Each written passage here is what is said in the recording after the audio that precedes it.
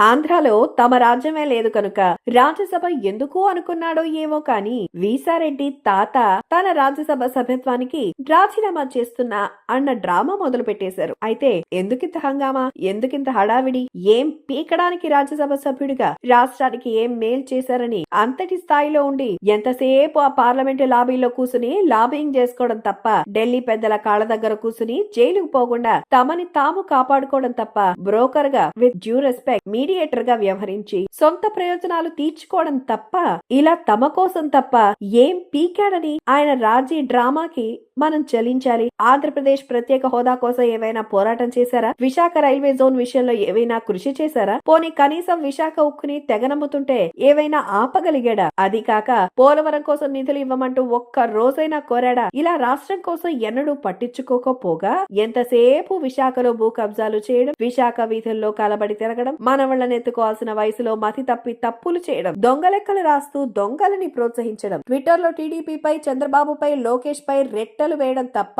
ఇలా పీకింది పెద్దగా లేకపోగా మళ్ళీ ఏదో ఉద్యమాన్ని విరమించే కలరింగ్ లాగా రాజీ డ్రామా ఒకటి. ఆయన అప్రూవర్ గా మారితే ఎక్కడ జగన్ రెడ్డి బాబాయ్ పార్ట్ 2 రక్త చరిత్ర రాస్తాడేమో అన్న భయంతో కొంత ముసలి తాత మౌనావతారం ఎత్తాడు అంతే తప్ప అంతకు మించి ఏం లేదు.